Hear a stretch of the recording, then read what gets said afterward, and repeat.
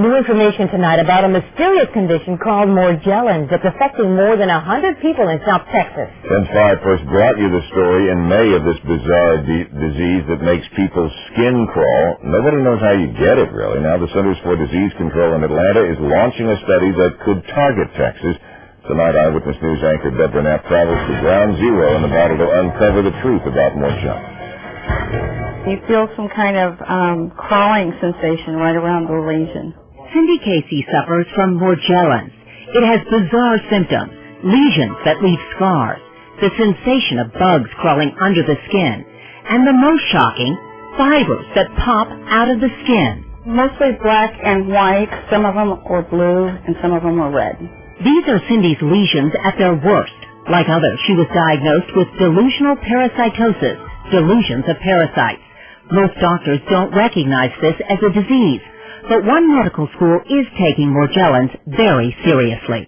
It is here, at the Oklahoma State University Center for Health Sciences, that most of the Morgellons research is being done. Doctors and scientists here say this disease is very real, and it's frightening. I am 100% convinced that Morgellons is a real disease pathology. Dr. Randy Wymore has spent the past year studying hundreds of fibers from Morgellons patients. The samples do in fact look very similar to one another. And Dr. Wymore says they don't look like anything found in textiles. And they're not rubbing off from clothing because doctors here have found the fibers inside the body. We were even able to observe fibers under completely unbroken skin. There's no question in my mind it's a real disease. Dr. Rhonda Casey has examined more than 30 Morgellons patients. You can see the fiber completely beneath the skin. She extracts this fiber from under the skin, and here's what it looks like under a microscope. I think if it weren't for the fibers, the patients would all be taken very seriously. So I think even though the fibers may be a key to helping us diagnose this disease, they have also been a hindrance to it even being accepted as a real disease in the past. Doctors have discovered less visible symptoms, nerve and neurological damage.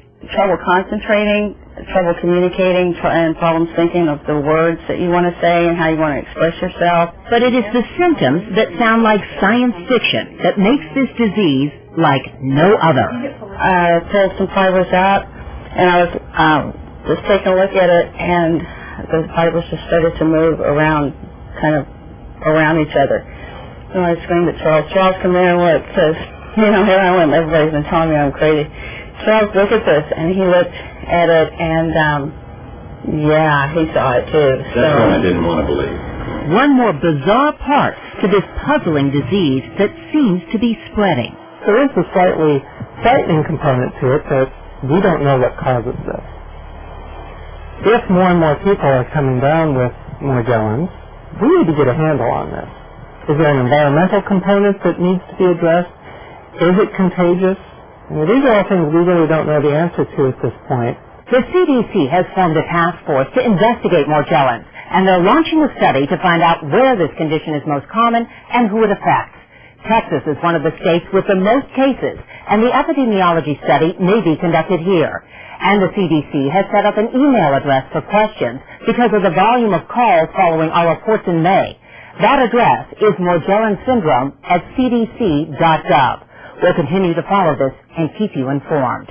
Deborah Knapp, Ken 5, Eyewitness News. You may wonder why you haven't heard about this elsewhere. It's because we're way ahead on this story. In a few more weeks or months, the networks and the New York Times will start writing stories about it, then boom, it'll be everywhere. Anyway, for more on Morgellons and to hear unedited interviews, head to the KENS 5 website, mysa.com.